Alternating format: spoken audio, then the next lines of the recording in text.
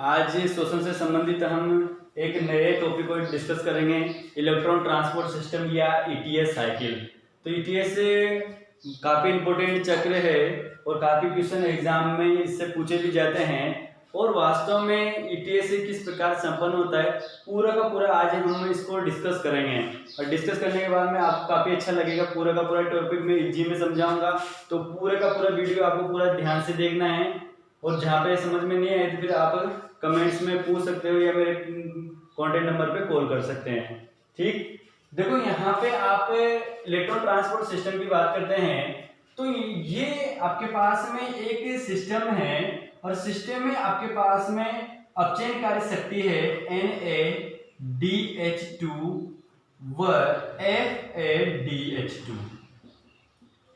ये देखो मैंने ग्लाइकोलाइसिस पढ़ाया और क्रेब्स साइकिल पढ़ाया और लिंक रिएक्शन पढ़ाया। तो मैंने कहा कि ग्लाइकोलाइसिस में बना था, देखो ये ग्लाइकोलाइसिस, तो ग्लाइकोलाइसिस में बना, लिंक रिएक्शन में बने NaDH2, साथ में क्रेब जो साइकिल था उसमें भी आपके पास में ये NaDH2 और FADH2। अब ये NaDH2 और आपके पास में FADH2, ये एक और बात ध्यान रखना, आप कभी भी श्वसन क्रिया में NADP नहीं लिखना है, P नहीं आना चाहिए। NADP का NADPH2 का फॉर्मेशन जो होता है वो फोटोसिंथेसिस में होता है और रेस्पिरेशन में NADH2 और FADH2 ये आपके पास में अपचयनकारी शक्ति के रूप में फॉर्मेशन करते हैं। और मैंने वहां पर ये कहा था कि ये 3 ATP का निर्माण करता है। कितने ATP का निर्माण करता है? 3 ATP का। और FADH2 कितने ATP का निर्माण करता है? 2 ATP का निर्माण करता है। जब मैं ATP बैलेंस बता रहा था वहां पे मैंने कहा कि आगे जाकर ये NaDH2 कितने ATP देगा? 3 ATP। और मैंने कहा FADH2 कितने ATP देगा? 2 ATP। परंतु वास्तव में ये किस प्रकार आपके पास में ATP का जनरेशन करते हैं या ATP निर्माण करते हैं, ये पूरा का पूरा किसके थ्रू होता है? इलेक्ट्रॉन ट्रांसपोर्ट सिस्टम के द्वारा होता है। अब मैं कहूं आप ईटीएस की बात करते हैं तो एक तो आप क्या याद रखेंगे? इलेक्ट्रॉन ट्रांसपोर्ट सिस्टम, साथ में इसका एक और नाम है ऑक्सीकारी फास्फोलीकरण। क्या होता है? ऑक्सीकारी फास्फोलीकरण। आप ये कह सकते हैं ऑक्सीडेटिव फास्फोराइलेशन। ये फॉस्फोराइलेशन होता है, तो ये ऑक्सीडेटिव।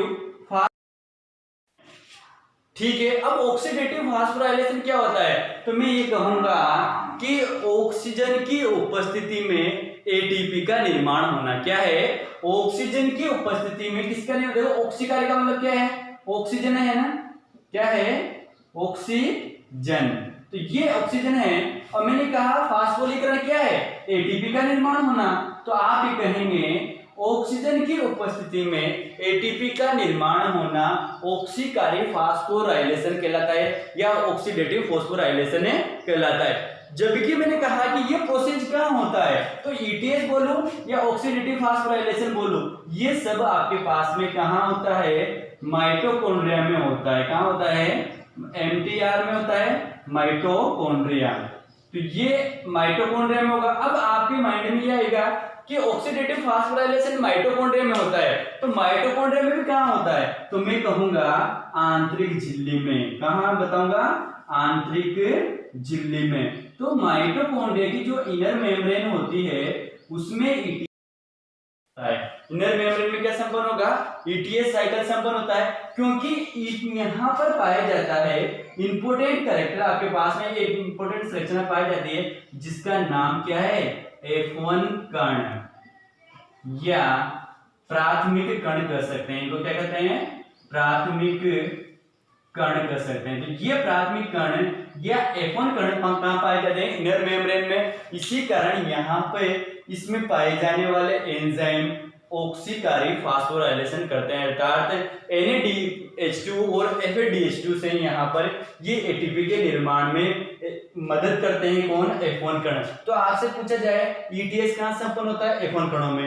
अगर F1 कण ऑप्शन में नहीं है तो फिर आप क्या बताएंगे, आंतरिक झिल्ली में ETS संपन्न होता है माइटोकॉन्ड्रिया में। अब एक और क्वेश्चन पूछा जाता है, देखो मैंने क्या कहा, ऑक्सीडेटिव फास्फोराइलेशन कहाँ होता है, तो आपका आंसर आएगा माइटोकॉन्ड्रिया। और माइटोकॉन्ड्रिया में कहाँ पे, इनर मेम्ब्रेन। इनर मेम्ब्रेन के बाद में कहाँ देखेंगे, F1 कणों में। अब मैं कहूँ फोटोफास्फोराइलेशन कहाँ होता है, प्रकाशीय फास्फोलीकरण कहाँ होता है, तो वो कहाँ होता है आपके पास में क्लोरोप्लास्ट में होता है। कहाँ होता है, क्लोरोप्लास्ट। प्रकाश की उपस्थिति में एटीपी का निर्माण कहाँ होगा, क्लोरोप्लास्ट में होगा। क्लोरोप्लास्ट के कौन से भाग में, ग्रेना भाग में होता है। तो फोटोफास्फोराइलेशन ग्रेना में या थाइलाकोइड पटलिकाओं में हो रहा है आपके पास में। अब मैं कहूंगा कि जो आपके पास में ऑक्सीडेटिव फास्फोराइलेशन है ये कहाँ हो रहा है, माइटोकॉन्ड्रिया की इनर मेम्ब्रेन या F1 कणों में हो रहा है। अब बात करते हैं कि पूरा का पूरा जो आपके पास में F1 कण यहाँ पे यूज आएगा। तो F1 कण की बात करता हूं मैं, तो F1 कणों में आपके पास में 5 कॉम्प्लेक्स पाए जाते हैं।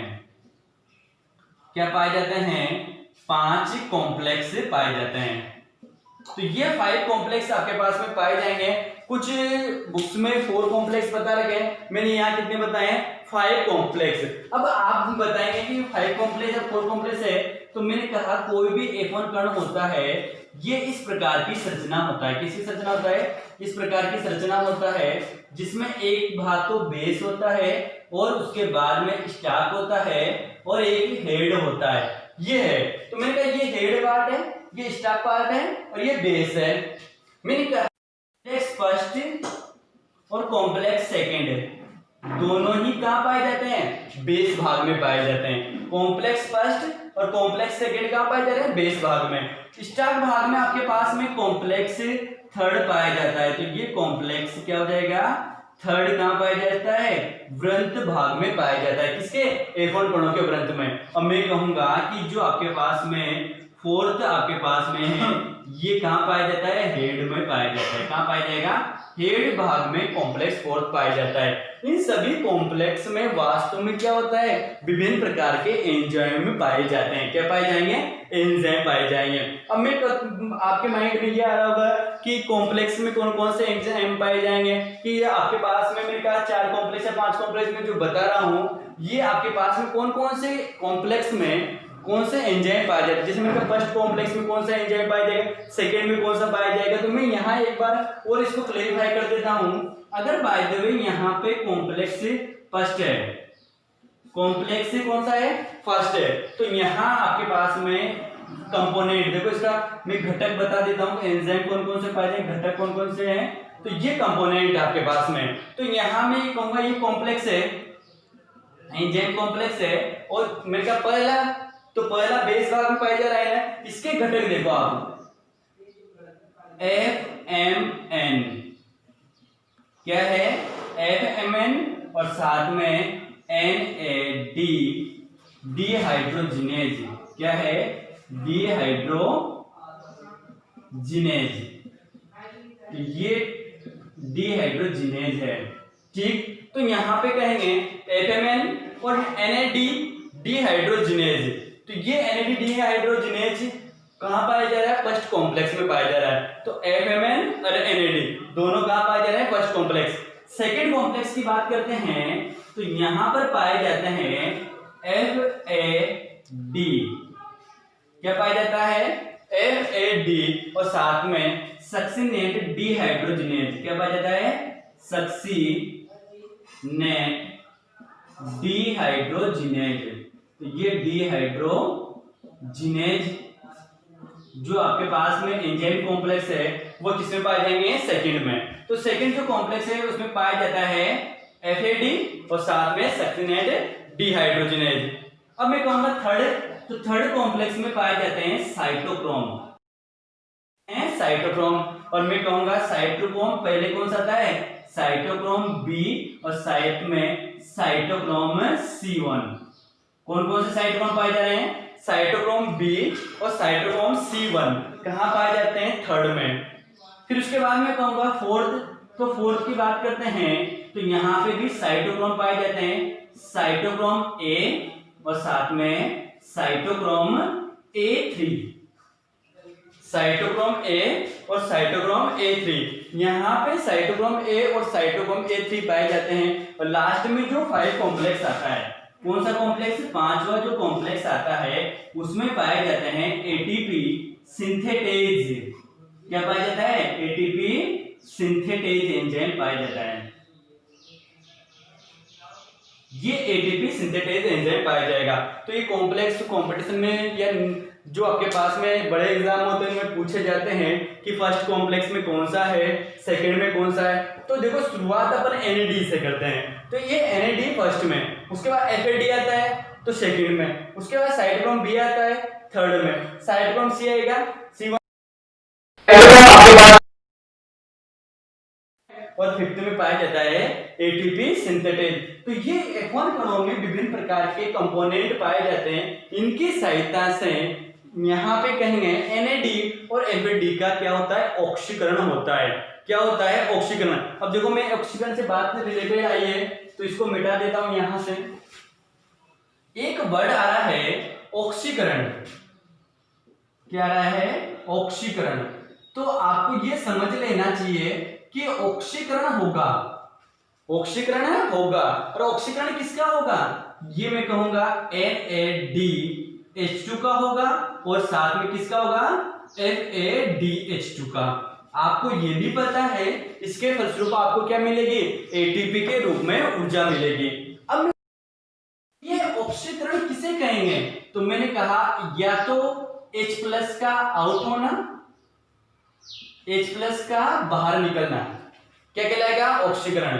ये आप ही कहेंगे इलेक्ट्रॉन का आउट होना, क्या कहलाएगा, आपके पास में ऑक्सीकरण है और साथ में कहेंगे ऑक्सीजन का जुड़ना, क्या है, ऑक्सीजन का जुड़ना। तो यहां पे आप कहेंगे ऑक्सीजन का जुड़ना और H+, आप मुख्य रूप से क्या करेंगे, प्रोटॉन का बाहर निकलना। ये H+ बाहर निकलता है, हाइड्रोजन आयन बाहर निकलता है या ऑक्सीजन जुड़ती है तो आप उसे क्या मानते हैं, ऑक्सीकरण मानते हैं। और इस प्रकार ये इसका बेसिक इंट्रोडक्शन है। आप ये ध्यान रखना, ऑक्सीजन की उपस्थिति में एटीपी का संश्लेषण ऑक्सीडेटिव फास्फोराइलेशन है और मैंने कहा इसे इलेक्ट्रॉन ट्रांसपोर्ट सिस्टम कहते हैं। और साथ में कहेंगे माइटोकॉन्ड्रिया के आपके पास इनर मेम्ब्रेन में F1 कण, और मैंने कहा F1 कणों में 5 प्रकार के कॉम्प्लेक्स पाए जाते हैं, फर्स्ट, सेकंड, थर्ड, फोर्थ, 5। और मैंने कहा कौन कौन से कंपोनेंट इसमें पाए जाते हैं। ये इसका बेसिक इंट्रोडक्शन है। डेफिनेशन समझ में आ गई, साइड समझ में आ गई, और आपके पास में कि ये साइकिल संपन्न कैसे होता है। तो देखो साइकिल को मैं कि किस प्रकार ये साइकिल है। और F1 कण कहां पाए जाते हैं, इनर मेम्ब्रेन में पाए जाते हैं। इनर मेम्ब्रेन में अंगुलीनुमा उभार पाए जाते हैं जिनको क्या कहते हैं, क्रिस्टी, और क्रिस्टी पर क्या पाए जाते हैं, F1 कण। तो देखो यहाँ पे अगर मैं कहूं इलेक्ट्रॉन ट्रांसपोर्ट सिस्टम किस प्रकार संपन्न होता है या यहां से किस प्रकार एनर्जी का निर्माण होता है, तो देखो शुरुआत जो करनी है अपने को, अपना जो सबस्ट्रेट है जिसका ऑक्सीकरण होना है उससे शुरुआत करेंगे। तो अपना सबस्ट्रेट कौन है आपके पास में, NADH2। तो यहां से शुरुआत करेंगे।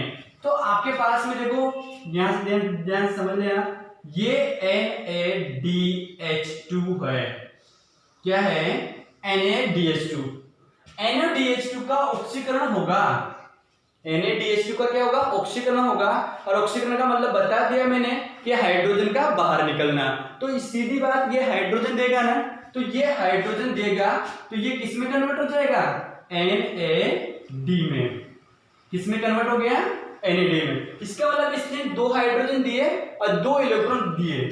क्या दिए, 2 हाइड्रोजन, 2H+ दिए तो, और साथ में 2 इलेक्ट्रॉन इसने दे दिए।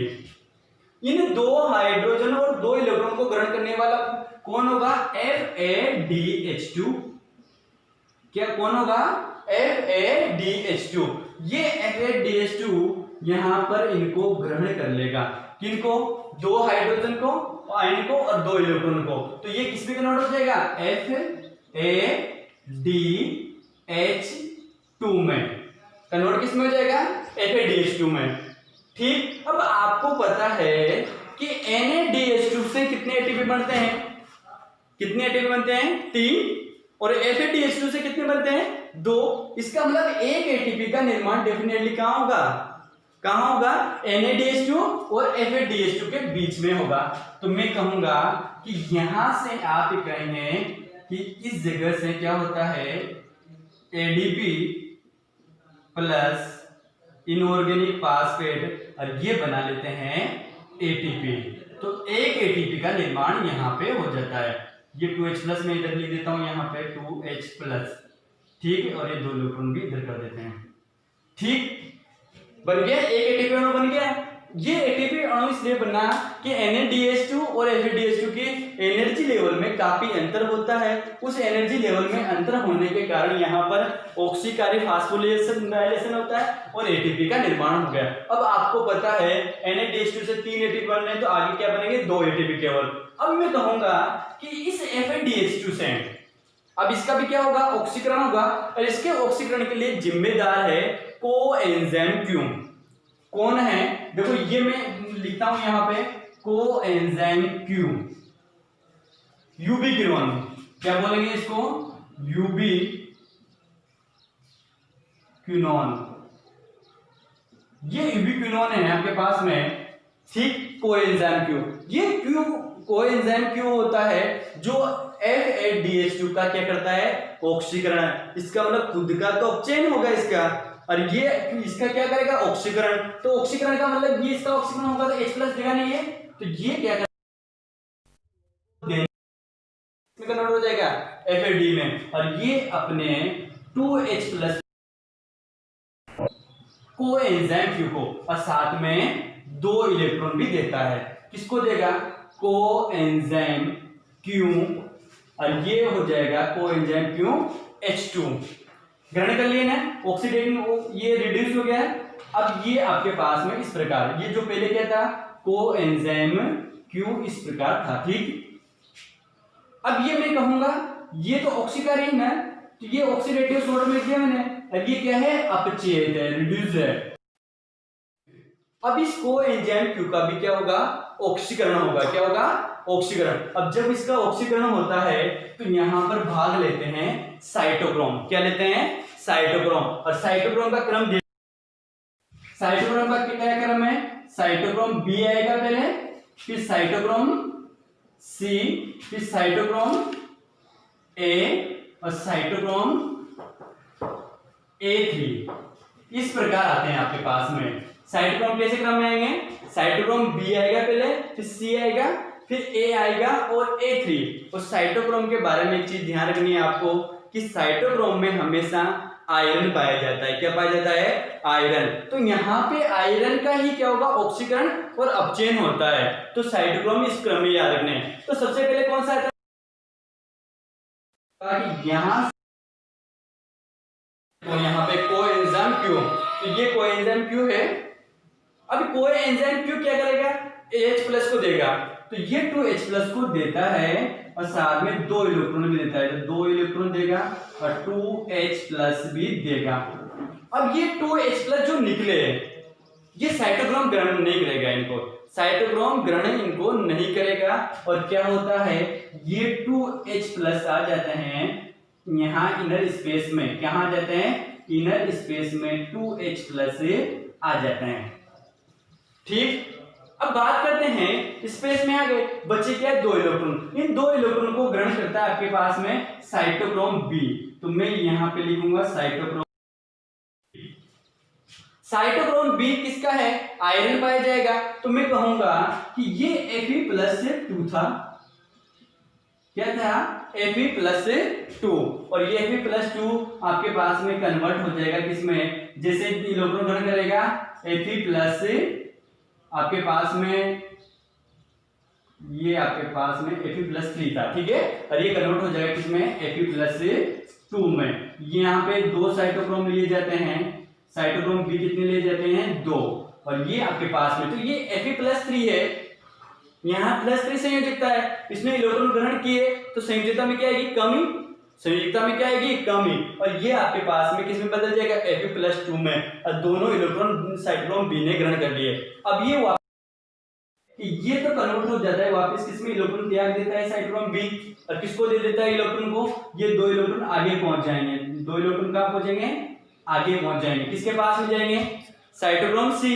तो मैं कहूंगा कि ये दो साइटोक्रोम सी है, और साइटोक्रोम सी में वो Fe+3 कन्वर्ट किसमें हो जाएगा, Fe+2 में कन्वर्ट हो जाएगा ना, और ये वापस Fe+2 कन्वर्ट किसमें हो जाता है, इलेक्ट्रॉन देने के बाद में Fe+3 में। इसके इलेक्ट्रॉन बाहर निकलेंगे यहां से, और ये दो इलेक्ट्रॉन बाहर निकलते हैं, क्या निकलते हैं, दो इलेक्ट्रॉन बाहर निकलते हैं। ग्रहण करने वाला कौन आ जाएगा, 2 साइटोक्रोम ए, क्या जाएगा, साइटोक्रोम ए, और ये Fe+3, और ये कन्वर्ट किसमें हो जाएगा, Fe+2 में। इलेक्ट्रॉन ग्रहण करेगा ये दोनों इलेक्ट्रॉन को, दो साइटोक्रोम में दोनों इलेक्ट्रॉन ग्रहण कर लेंगे। अब आगे क्या होता है, वापिस ये इलेक्ट्रॉन छोड़ देता है, और ये किसमें कन्वर्ट हो जाता है, साइड आपके पास में Fe+3 में, और यहाँ पे कहेंगे दो इलेक्ट्रॉन बाहर निकल जाते हैं, और ये दो इलेक्ट्रॉन बाहर निकल गए, ठीक, और इनको ग्रहण करने वाला कौन है, साइटोक्रोम A3, और ये Fe+3, और ये कन्वर्ट हो जाता है किसमें, Fe+2 में, और ये वापस किसमें कन्वर्ट हो जाएगा, Fe+3 में इलेक्ट्रॉन। अब जो अंतिम इलेक्ट्रॉन ग्राही है, ये थोड़ा सा जगह कम पड़ गई, मैं यहाँ पे बता देता हूँ, जैसे इसको यहाँ ध्यान समझना, ये वाली स्टेप में यहाँ लिख देता हूँ। तो जैसे आपका लास्ट स्टेप क्या था, साइटोक्रोम A3 कंडीशन ये थी, यहाँ पे ये Fe+3 था, और ये कन्वर्ट किया हुआ था Fe+2 में, इलेक्ट्रॉन कन्वर्ट करने के बाद इसने इलेक्ट्रॉन वापिस से दे दिए, इलेक्ट्रॉन क्या कर दिए, वापिस से दे दिए, और ये इलेक्ट्रॉन को ग्रहण करेगा आपके पास में अंतिम इलेक्ट्रॉन ग्राही। क्या कौन ग्रहण करेगा, अंतिम इलेक्ट्रॉन ग्राही, और अंतिम इलेक्ट्रॉन ग्राही आपके पास में जो है वह है ऑक्सीजन। कौन है, ऑक्सीजन। तो ये आपके पास में अंतिम इलेक्ट्रॉन ग्राही है O2। कौन है, O2। कौन है, O2। तो आपसे पूछा जाए अंतिम इलेक्ट्रॉन ग्राही कौन है, तो वो ऑक्सीजन होता है।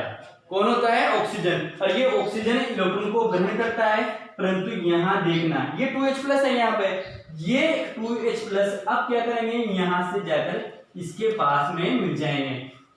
2H+ कहां आ गए, ऑक्सीजन के पास आ गए ना, और ये ग्रहण कर लेगा इनको, और क्या बन जाएगा, H2O। ये जल बना, क्या बना, जल। तो देखो यहाँ पे जल का निर्माण करेगा क्या, ऑक्सीजन। कौन करेगा, ऑक्सीजन। तो ये जल बना। अब देखो ये थोड़ा सा स्टेप दिक्कत ये आ रही होगी आपको कि मैंने ये स्टेप क्या था, यहाँ बोर्ड में जगह नहीं थी अपने पास में।